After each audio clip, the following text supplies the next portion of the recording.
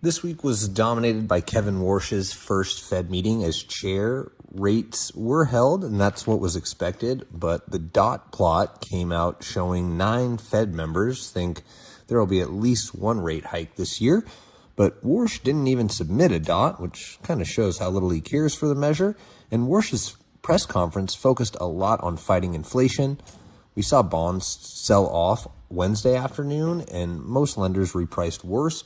And then by closing yesterday, bonds had recovered about 2/3 of those losses. There's not a lot of room to move lower in the next couple weeks, but there's not much urgency to lock either. A few other Warsh notes worth noting. He wants less Fed transparency going forward. Again, that includes pulling back on the dot plot and forward guidance. He does prefer an alternative inflation measure called the trimmed mean, and that strips out outlier price swings and one-time shocks. And that kind of makes it easier to look past more temporary inflation, and also acknowledges a lag in readings on things like shelter that make these numbers less accurate. And he also wants to shrink the Fed's balance sheet by reducing its bond holdings rather than hiking rates if he can. On the Iran deal, the U.S. and Iran signed that memorandum of understanding this week in Switzerland. The Strait of Hormuz is now open without tolls. There is a 60-day extension on the ceasefire on all fronts. That includes Lebanon, and Iran has committed to not pursuing nuclear weapons for now. And so oil dropped on the announcement, which is good news for rates. But the big caveat is that that memo does only guarantee all of this, including the Strait staying open for 60 days while negotiations continue. So Iran does still want to find a way to profit from ships passing through, so we could see that resurface.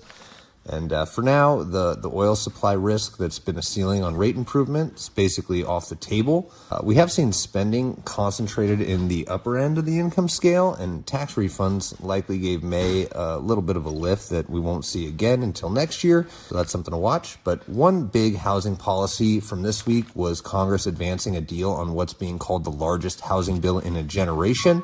It restricts institutional investors from buying single-family homes, which was key to getting White House support. But the more aggressive provision that would have forced investors to sell off built-to-rent properties within 7 years was dropped. And the package does also include banking deregulation and bans the Fed from developing a digital dollar through 2030.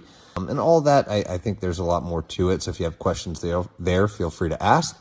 But on the housing market, more broadly, we are seeing home sellers kind of losing a little bit of pricing power. Average home is selling below asking price, which is a big shift from what we've seen in recent years. And home builder sentiment is falling as well, at least a little bit. The South is really seeing the biggest drop. And in a record 242 U.S. cities, starter homes are priced at $1 million or more. And that stat obviously tells you everything you need to know about the affordability problem that we're still navigating, but I'm happy to help on that front. We do a lot of things to help with affordability. We'll bring new home sales, jobless claims. Next week, we're going to get new home sales, jobless claims, and I'll see you next Friday to let you know what other news comes out.